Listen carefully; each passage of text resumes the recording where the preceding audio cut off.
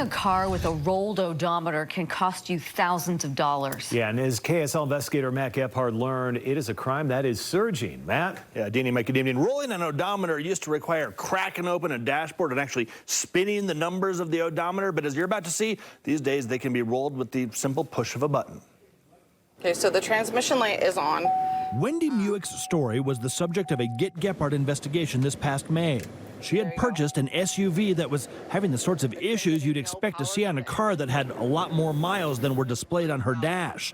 Turns out it does have a lot more miles. That according to a vehicle history report that she pulled.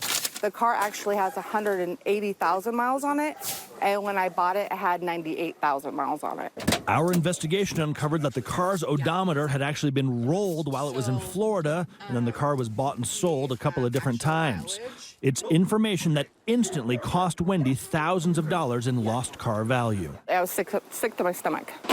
Now, new data shared with the KSL investigator shows just how prevalent odometer fraud is. Carfax found that roughly 2.1 million vehicles on the road in the U.S. have adulterated odometers. About 19,000 of those cars are here in Utah.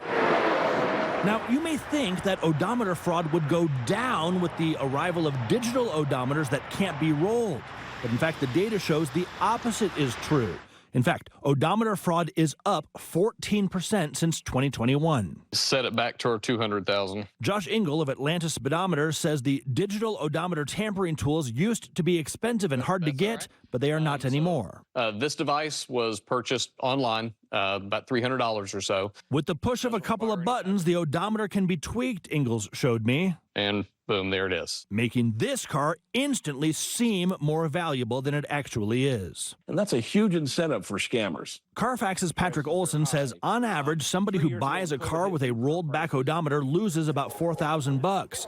To protect yourself, he touts the value of vehicle history reports, but perhaps most importantly, getting a mechanic to kick the tires. And they're going to see if shocks and struts have a lot more wear and tear to them than they ought to have for the mileage that's on the odometer. Odometer fraud is, of course, a crime. In rare cases, the state can step in and unwind deals after the crime is discovered. But the Motor Vehicle Enforcement Division tells me you're better off doing your diligence before you buy than you are trying to clean it up after the fact. If you got a problem you can't solve, give me a shot at it. The number 385-707-6153, or you can email me, matt@ksl.com.